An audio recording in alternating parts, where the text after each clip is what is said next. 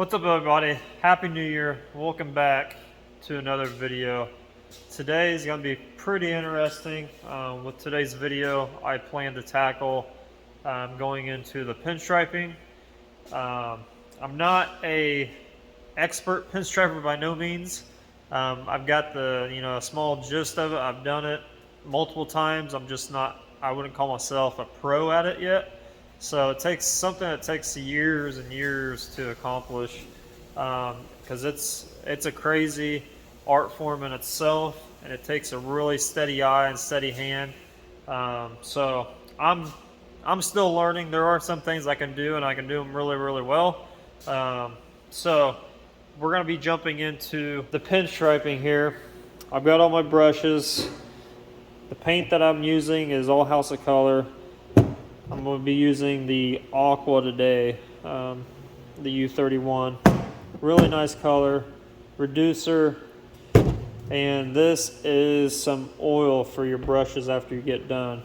These are the main essential things you need. Obviously, you need some thinner to wipe off your brushes after you get done using a certain color. And also you need some kind of I like to use any type of catalog book or anything that has like that silky smooth surface on it. Not newspaper, because newspaper it's raw, it doesn't have that laminated surface over it. Anything that's got that laminated surface I like to use to palette my brushes on. I don't have one right now. I'm going to have to get one, but I need to grab one from inside the house. But it works really well with getting your colors all inside your brushes, because that's one thing you got to do really well as well. But I want to run over this really quickly with you.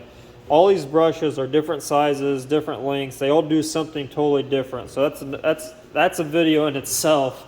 And like I said, I'm not really a pro right now, so I can't tell you absolutely everything. But if you go and you want to look them up and do your research, they'll explain everything about every type of brush, because there are hundreds, if not thousands maybe, of different brush types, different companies that make them.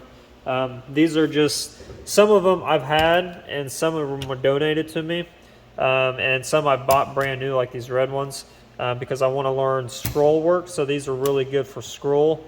There was one in here that was not donated to me that's made for scrolling as well. That's something I want to get into later on, maybe a different video. But your paints are really important, because they're not just regular base coats. You really can't use base coats when pinstriping. It's a totally different paint in itself. House of Color, or the other big brand out there, Yellow Can, I can't really, or One Shot, that's what I'm trying to say. One Shot and House of Color are probably the top two pinstriping brands out there as far as paint. One Shot is the best, because they've been out there forever, and they have so many different colors you can choose from. Your reducer, it takes a special reducer when you're pinstriping. Regular reducer will not work, so you make sure you got to get the right thing. And obviously, like I said, your oils, you just want to lather this a little bit. It doesn't take much, it's just a little bit. After you get done cleaning your brushes, you want to put it on there, because it will make sure these things last. It's not real, it's a different type of hair. Some are squirrel hair, some are others. I don't know exactly the difference in all of them, like I said, but it's a good way to keep your brushes protected. So the one thing though, before we get into any of that, is I need to put the sheet metal back on the truck. That's one big important thing when you're pinstriping something that has graphics like this. You want to make sure everything is lined up, and make sure everything is where it needs to be, because once you start that line, you really don't want to pick up until the end of your stroke.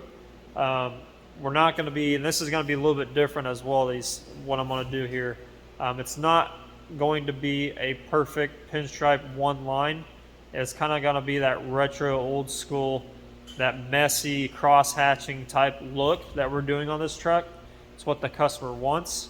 And it's going to pull everything together on this truck, because there are some areas on this truck already that has sort of a, kind of cross hatching I'd done previously on it, from when I did the truck before. So we're going to continue that, but it's going to be a little bit different style, if that makes sense. So first, I want to put the fenders back, need to go back on. They need to be bolted on where they need to be, and also the tailgate needs to be put back on.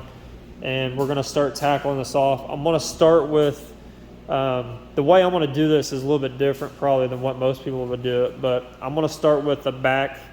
I'll start with the fender because really the fender only needs pinstriping in one spot. So I'll start with the pink, and then I'll work my way from the back to the front, because there are some of these graphics that go on top of each other, underneath of each other, so it gets kind of complicated. So I'm going to do it that way. I'm going to do probably the pink first, just because it's one graphic. It's a pretty simple graphic, straightforward, so there's not going to be involved in doing it.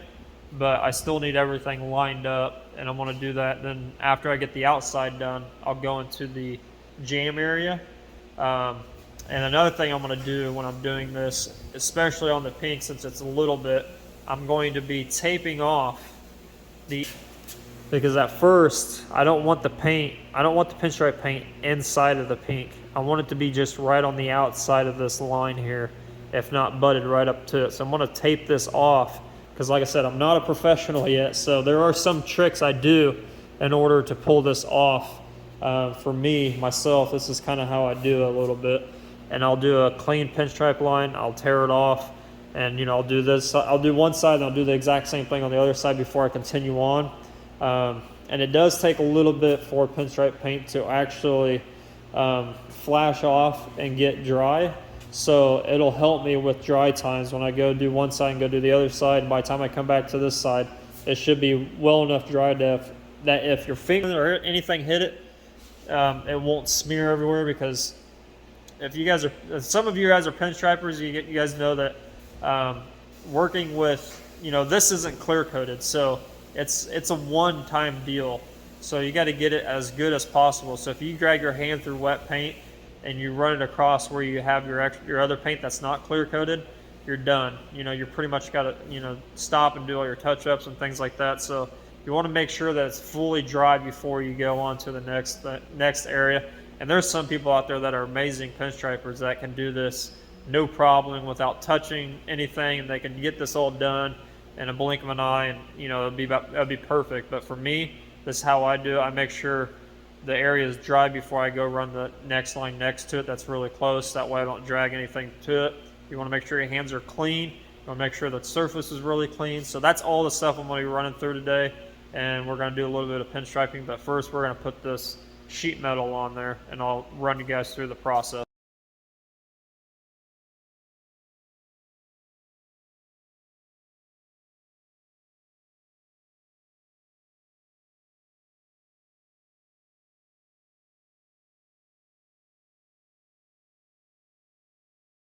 I just got done wrapping up, putting the tailgate on the truck, and without pinstriping it and just looking at it, man, this thing looks so awesome.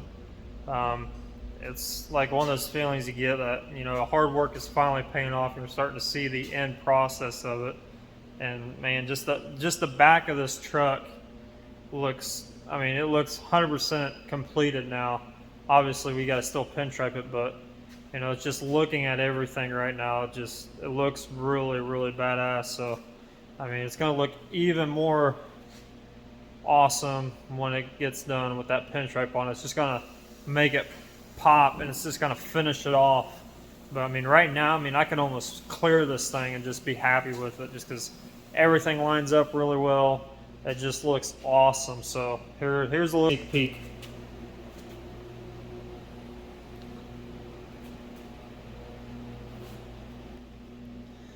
Just everything lines up perfectly, the fenders, everything. Obviously the bed's not in place. I don't really need it because I got to get behind it anyways, but it's just everything's come together really, really nice. So now I'm going to start mixing up my colors. Obviously I'm just going to do one color at a time, so I'm going to start masking the graphic off. I'm going to do it by using 3/4 inch tape, and I'm playing this. I'm just going to go the top line right there. I'm going to be masking that off one side at a time, And I'll mask that whole side all the way down. And then I'll do the same for the other side. And when I get those masked off, I can run that pinstripe. And then that way, when I pull that tape off of there, it's gonna be nice, clean, smooth edge, but we're not gonna just leave it a smooth edge. Like I said, it's gonna be a little bit more complicated of a graphic, but just, I mean, just right here, like this is just perfectly lined up. So, I mean, this is why you put everything together. This is why you leave the truck together when you do this stuff. That way everything lines up, because if you weren't gonna pinstripe this, it needs to be perfect. Pinstriping, you got a little bit of room to fudge because you are, you know, it's a hand pinstripe, so you're gonna be making that what you want it to be. But just right now, it just looks awesome. So get things, all this stuff set up, and then I'm gonna put you guys on a tripod. I wanna run through how I do this. So I went through, taped all my edges off, all the way down, one side at a time, like I said. I even put stopping points where I know I need to stop at. Same way with the hood, stopping points of where I need to stop at. I end up taping both sides of this because it's just one straight graphic and line. And then the back is kind of complicated, but stopping points of the edges and all that stuff. So there are ways to get around with not, you know, being so stressed out that you have to freehand it. Obviously it is still freehand, but you're guided guide. So don't be afraid to, you know, make up your own way and make up your own guides to help you. It's nothing to look down on people that need a guide or anything like that, but as long as the outcome comes out the same way, it doesn't matter in my book. Now, over the course of a few years where I'm actually more comfortable with just going through there and doing it by hand without even looking at, you know, without even using tape at all. It's gonna take me a few years to get there, but you know, that's just what it takes right now. I'm pretty much in the learning process of this stuff, so any type of help or guidance I can get will do me well, and that way I can just get it done that much faster as well. So I'm gonna start mixing up my paints. When you're mixing this stuff up, it doesn't take a lot of reducer. It's just a little bit of reducer, and you always want to have something, a palette, to where you can actually practice a couple strokes before you go ahead and just get on the panel and go ahead and do it. You want to make sure your brush is nice, loaded, and it's reduced right, because if you put too much reducer in it, it'll start running on you. So you got to get it that right consistency, that thickness. So it might take a couple tries, but you just practice a little bit of reducer. It's not really that big of a deal, but you just want to make it, well, you want to make it where you can pull a really long line and not run out of paint, and that's just practice with, you know, practicing loading up your brush. So I'm gonna put you guys on a tripod, and we're gonna get the pinstripe in this.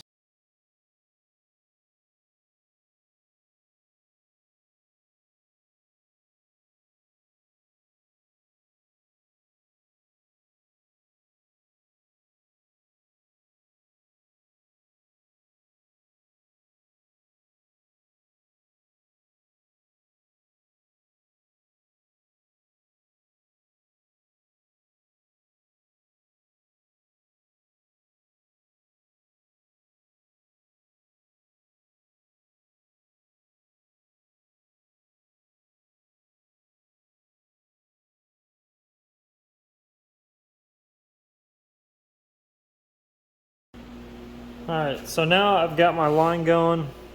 It's not the way I want it, but I've got the paint towards on the other side. So now I'm going to take my brush and I'm just going to follow that, and I'm going to make my line where I need it. I don't want it this thin. I want it a little bit thicker, but that just goes in with, you know, practice and other things like that. It doesn't look too terribly bad, but in some areas it does. So I'm going to go back over there. I'm just going to want to clean it up a little bit. So I'm just going to follow that line and continue it and just make it a little bit fatter and a little bit straighter. So I'm going to do that, and then we'll jump to the next paint.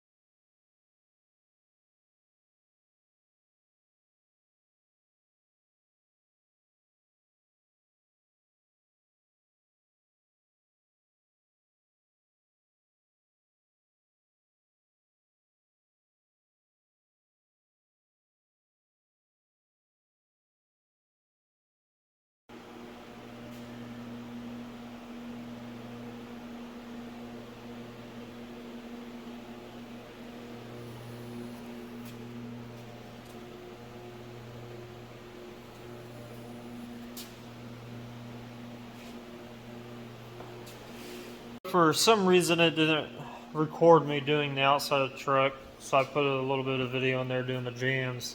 The jams are really hard on this truck because there's so many body lines that, you know, go in and out, so it's really hard to get in there and get in like the perfect line. But this is the kind of style that I'm doing on the truck. Obviously the red that's going to go on the yellow stuff is going to be a little bit different than this on the teal part, but it looks really, really cool. It's just like the old slasher crosshatch type, to where it doesn't have to be 100%, you know, like a straight line perfect, but you know, when it gets up like to this stuff right here, it's just, it looks really, really neat. So I enjoy doing it. It is pretty stressful though, being not a pro pinstriper or have done it for a very long time. So just take my time and, you know, go stroke by stroke. It is, since I'm doing the cross hatching, it's a lot more work because you're constantly going back over it, and, you know, constantly putting in strokes and putting more paint on it. So it is a little bit more work than normal, but I think in the end it pays off very, very well. So I'm going to finish up the rest of the truck, and I'll show you guys what it looks like when I'm done. All right, so all the pink is done. I'm pretty wore out. I've got about 2 hours in just pinstriping this. The pink, the teal. So I'm going to show you guys real quick what it looks like, and tomorrow we're going to proceed on to the yellow, to the red pinstriping.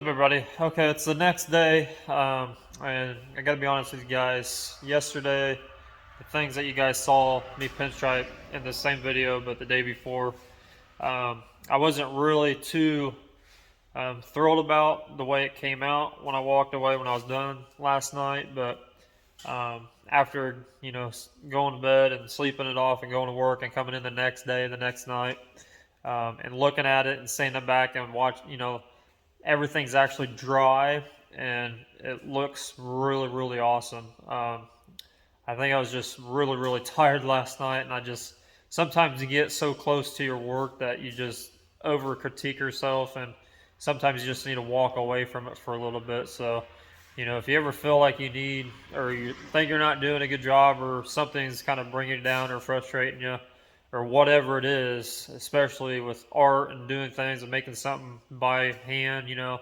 it takes a lot out of you. So it's always good to kind of step away for maybe 5, 10, 20 minutes, maybe an hour, a couple hours, maybe a day, maybe 2 days, whatever it takes for you to be able to step away from it and just kind of recollect your thoughts and come back to it at a later time. I think that's, you know, that's probably the best thing to do rather than just keep going and pushing yourself. Because like I said, last night I was just really super tired from going to work and then coming back in here and, you know, pretty much pinstriping for almost 3 hours non-stop. It's just, you know, I'm trying to get this thing done to where it's, you know, all I got to do is the touch-ups, and then after I get the touch-ups done, after, you know, after pinstriping, I got to do some touch-ups, some more, but nothing major. But after I get the touch-ups done, it's pretty much ready for clear coat. So I'm really getting excited to get this thing clear coated, because I got to sand it all back down, and then we'll be clear coating it again. So there'll be 2 sessions of clear coats going on this thing, and it's going to be probably 4 or 5, you know, coats of clear each session to bury all this stuff. So I'm getting really excited towards it. You know, this is towards the end of the project, so I think I'm just, you know, getting too excited and getting too much in a hurry. So I just needed to step away for a little bit, come back the next day, and just looking at it, like I think everything, it just pulls it all together, just a little bit of something. I don't know why I didn't like it, but it was, you know, I did a little bit more crazier than I've done on the other stuff. The other stuff is really tiny, you know, thin strokes. And on this, I went like crazy fat. And, you know, I went pretty crazy because I wanted even though the color is really bold, especially out in the sunlight right now, it's not summertime, it's wintertime, so it's kind of dark. But get this thing in the sunlight, this pink pops. So I wanted the pinstripe to really pop. So I went really heavy on it and really thick lines. That way it can pretty much show it off because I want this thing to stand out. So next up is we're going to start pinstriping the yellow. So my thoughts on this is I know I wanted to pinstripe the edge where it's just yellow. The bottom silver, I'm not 100% myself on it, I guess you could say. That it needs to be pinstriped because it is a really clean line. And I just think that if it's left alone, it might, you know, make it stand out more. But I'm definitely going to pinstripe the top edge first where it's just the yellow. And I'm going to step back and look at it. I'm going to do the whole thing. I'm going to step back, look at it, and then I'll decide from there if I'm going to do the pinstriping on the bottom where the silver is. Because, you know, if you're thinking about it, the bottom silver is a beveled edge, so it's like rolling around on itself to give it that look of like a 3D image. And it looks like that right now, and I'm afraid if I pinstripe it, it might take that away. It might just, you know, pinstriping is something that blocks something off, so I'm afraid it's going to block it off, maybe destroy the way it looks. So that's how I'm going to approach this. Is I'm definitely going to do the top yellow first, and then I'm going to step back, look at it, and I might even take a picture of the whole side, and I go in on my computer and kind of go in and do it myself, the bottom, before I actually put paint on it. Because once I put pinstripe paint on this, it's a done deal. You can't, I mean, there's some spots I could probably take it off, but you really can't take any of it off. It's pretty much a done deal. So I want to just make sure that that's what I want to do. Because like I said, this is something the customer doesn't know about at all. He just thought it was just going to be a solid yellow graphic. But I added the silver because it looks a lot better in my opinion. And I just don't want to take away from that look. So that's the goal. So if you're watching the video and I'm doing a time lapse and you're only wondering why I'm only going to pin outer edge here and not this edge, that's why. Just because I want it to be, I want it to look good, and I want to do myself justice because I probably got right now, let me count this up real quick. So I've got almost 40 hours, probably 42 hours in this whole thing. So like I said, I just want to do myself justice and get this thing done right. And that way there's no looking back. There's no, second guessing myself or anything like that. So we're going to jump right into it. I do got to wipe the truck off a little bit. It's been raining here, so it's got a little bit of moisture in here, so I need to kind of wipe it off, clean the truck a little bit. But we're going to be starting. I want to show you guys this too, because I didn't really go over anything as far as how I mix my pinstripe paint or anything like that. And it's, everybody might be different on this. So if you do it a certain way, comment down below, let me know, because I'm learning myself too. So I've been around this stuff for years, and I've seen pinstripers. My grandpa, dabbled in it a little bit, so I grew up with him, and there is just a lot of things that, each person does differently that might work for me or you watching or anybody else. So comment down below if you have any type of tricks or anything like that you guys know off the top of your head. But I want to show you guys exactly what I used and exactly how I mix my paint up. So last night I used the Mac 1. It's a Mac brush 1. It's a thicker liner brush. You can pull long strokes with it. It's really good for really putting that paint down. And obviously you guys know that I use House of Color, so this was the Aqua U31 that I used. As far as surface to mix your, actually lather up your paintbrush with, any type of magazine or anything like that that has a slick surface on it. If you open this page up, it's not laminated, it's like newspaper. So you don't want to use this because the paint will actually start pulling these dyes up and you'll start mixing it in with your paint. So anything that's laminated, like I've already done it on the back side of here, so anything like that, that's good to use. That's fine. Just nothing like newspaper wise. You know, once I use these front and back covers, I'll throw this thing away and I'll find something else. I've got a couple of like cardboard boxes in here that I grab. Sometimes it's kind of got that shimmer to it that's got laminated on top of it. So anything you can grab that's kind of silky smooth, clear coated, anything like that.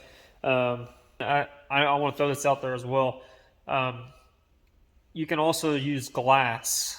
I use glass when I'm practicing pinstriping, and it's probably the best thing to use when you're practicing. It's fairly cheap, and I'm going to tell you where to go get this stuff. If you have a Hobby Lobby near you, I don't know if Michael's or any other craft store does, but I know Hobby Lobby's got a section where they've got different sizes of glass that's just cut out for picture frames and stuff like that. You can go pick them up depending on what size and how big it is. It's fairly cheap. It's like $5 to $10 a certain size. I actually use my glass that I have out of one of my cars that I'm painting. It's already out. I just use a side that's not tinted, and it's really good because it acts as if you're doing it on a car that's clear coated. So you want to practice on something that is going to give you real life experience, in my opinion. But every workshop I've been to that has pinstripers involved, they're using glass or they're using like some type of mylar plasticky substance that's really shiny, and it's got that nice smooth finish to it. Glass is just good because after it dries and after you're done, you can just either take lacquer thinner and wash it off and you don't destroy the glass, or you can take some glass cleaner and a razor blade and just scrape it off without, and you're not hurting the glass, and you can use it over and over and over and over again. And that's how I practice. That's how a lot of people probably practice. But I just want to throw that out there. If you guys are wanting to get into pinstriping or anything like that, a fairly cheap surface to practice on is glass. And it's probably the best in my opinion. And as far as like brushes and stuff, I know I've got a lot here. I've got a few $100s probably wrapped up in brushes. But a brush like this, I can't really remember because I bought so many at once. But I think this was probably 20 or 30 bucks. I really can't remember. These were kind of expensive because they came in a set of 5. So they're pretty expensive. And like the finer brushes you get to, they're really expensive. They're just all different prices. So it's really hard to, I don't really, like I said, I don't know. I spent like $100 and got like 8 brushes. So I did spend a lot of money at once. But in the paint, House of Color paint, you can use one shot as well. They're all relatively the same price as far as companies, but they are different prices per color. Some colors are the same prices, but these 2 colors right here, I can tell you right now, they're 2 totally different prices. They're not far off from each other, like maybe $5 or $10 off. But one of these little size half a pints here is, a quarter pint, I'm sorry. It's like, I want to say I paid like $38 for each of these, maybe 48, 45, somewhere around there. And then your reducer, like I mentioned earlier, you want to use striping reducer. Regular paint reducer is not the same thing. So you want to get some of this. It's fairly cheap as well. I think it's like 12 or 15 bucks. So it's not that expensive. And then you want some brush oil. Brush oil, after you get done cleaning it, you just want to dab a little bit in there and run it through, run your hands through it and make sure it's all smeared in there, because it's going to keep your brushes intact and be ready for the next use. So this stuff is really expensive too. It's like less than 10 bucks for this little thing. And this thing will last you years and years and years. So it is a little bit pricey to start off, especially if you haven't never done it, or you're just, wanting to get into it. It's pretty pricey, but if you have $100, you can get one color, 1 or 2 brushes, you know, on all this stuff and spend less than $100, and you can be much practicing whenever you want to. And a piece of glass, like I said, you don't have to have anything big. I would just get something that's long. That way you can do really long strokes, and you just want to do them back to back to back to back to back, as many as you can in one setting. And after time, you're just going to develop that steady hand, and you're just kind of, your lines are going to look better over time. So it's a good way to practice. So I just wanted to throw that out there because I didn't explain any of this stuff. I just started going at it, and I kind of went over a little bit with what I use, but that's just a small rundown. And like I said, if you're a pinstriper and you got anything else you want to throw in here, comment down below. We all love to hear it, especially me. I'm always picking up little things from people. I'm not opposed to learning something new, even though I've been doing it for a long time. Not pinstriping though. Pinstriping's pretty fresh to me right now. So, but yeah, it's just something over time you're going to develop. It's not going to come overnight, so don't get frustrated, because pinstriping is one of those art forms that it's really, really, I wouldn't say it's hard, but it's just teaching yourself to slow down and just pay attention to what you're doing. For me personally, I've got a bad habit of getting in a kind of like a rush, especially with my hands, because at work I'm constantly going. So it's hard for me to slow down. So pinstriping is like one of those things where I can actually do it, you know, take a breath, you know, sit down or whatever, and you just like in your zone, and you're just, you know, very slowly just striping away. So it's kind of relaxing a little bit.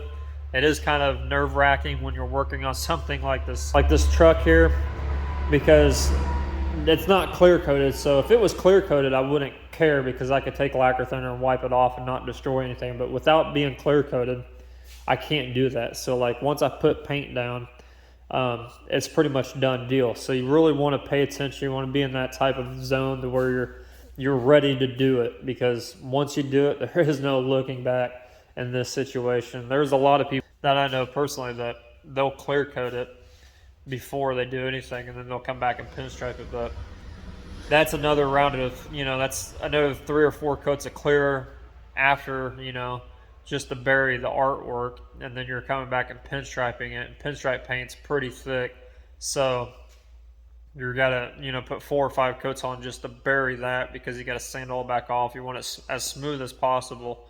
So it's just a lot of material, a lot of time from clearing it, sanding it, you know, cleaning it again, and getting ready to clear it again. So I take the risk of doing it now rather than later. So that's just me though. So, but yeah, if you got anything down below that you already know, or you've been doing this for a long time that I'm not mentioning, go ahead and run it by us. Comment down below. I'd love to hear it. But I'm going to mix up this red. I'm going to show you guys. It's just straight cardinal red that we're putting in with the yellow. I'm going to have it open here. And that red is bright. And this is what's going to go. Let me see if I can do this without getting red on the truck. But it's going to be the pinstripe for this. So just imagine how bright that's going to be. So that's what I mean. I don't want to take away from what I did already, but I want to make this thing loud. I want to make it stand out. I want people to see it from miles and miles away. So it's definitely really colorful. And there's another trick up my sleeve that the customer does know about that I might do after I get done, before I clear coat it. And that'll be in one of the videos, so stay tuned. I want to mix this paint up. I'm going to clean this truck up, and then I'll get you guys back on here.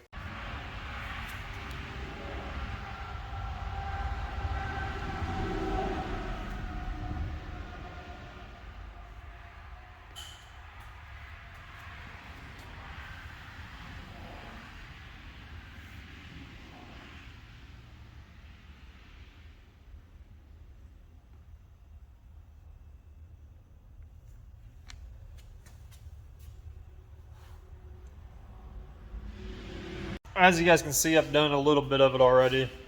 I just did a nice, clean, simple pinstripe, nothing crazy. I feel like it needs a little bit of something more to it rather than just a straight line, but I kind of want to show off as well that I can do regular just straight lines and, you know, whatever, rather than all this messy stuff I call it. So yeah, I'm gonna figure it out. I'm gonna keep going. I'm just gonna regular pinstripe the whole thing, like I said, and then I'll look back at it and decide from there if I want to add, a couple hashes, cross hatching marks or whatever you want to call them to it, or if I need to do the bottom as well. So yeah, I'm just gonna keep on going, and I'll set you guys up so you guys can walk.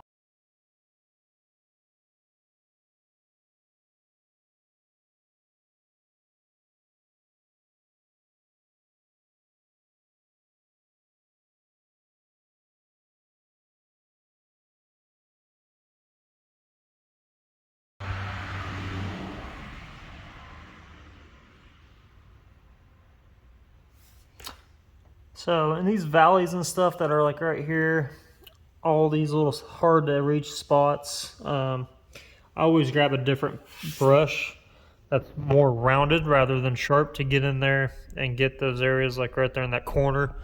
Just because it's not really the best thing to do it with this brush. I've done it, but it doesn't come out nice and clean like I want it. But yeah, those are just that line and the other line you just saw me do. So yeah, pretty much the whole outside of this side is almost done. I got to do some spots on the back, but at the end I'll grab a different brush and I'll go back through and I'll hit those really hard areas that just 90-degree bend turns. There's some in the door jamb as well that I need to hit. So I'm going to wrap up the rest of the outside, so then we'll get to the jambs and all that stuff. These videos are sped up because if I didn't speed them up, it'd be probably 2.5 hours of me pinstriping it. It would just bore you guys. So I kind of just speeded them up a little bit to get things going. But as I go around here, I just want to kind of explain to you guys that I am going really, really slow. With pinstriping, if you put pressure on the brush, it's going to be a wider line. So you want to try to keep it consistent. So for me, the slower I go, the more consistent I can be and making sure the line's exactly the same width throughout.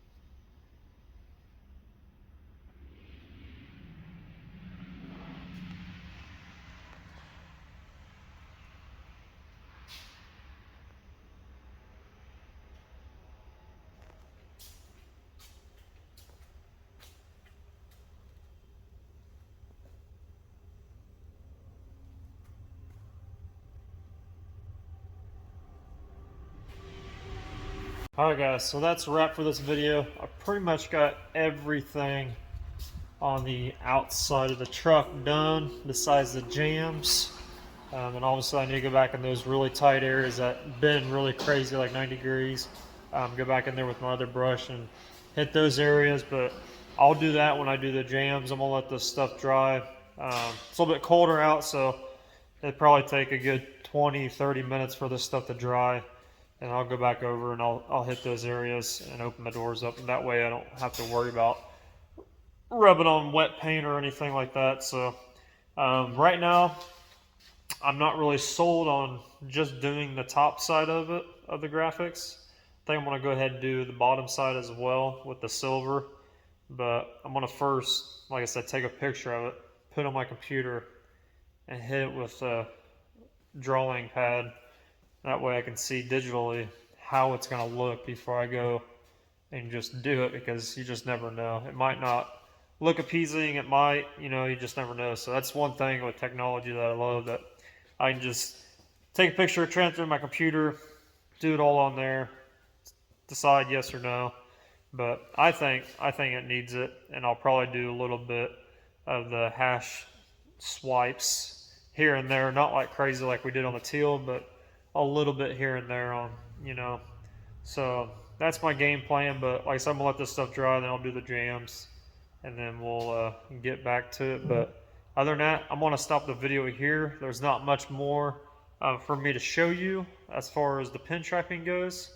The next video, I might do the touch-ups off the video. Touch-ups are just touch-ups. I'm just going back through and just making sure everything is right, and it needs to be before you clear it, or else you're going to be doing that. You're just pretty much wasting your clear at that point, because you really want to lock everything down on your first coat of clear.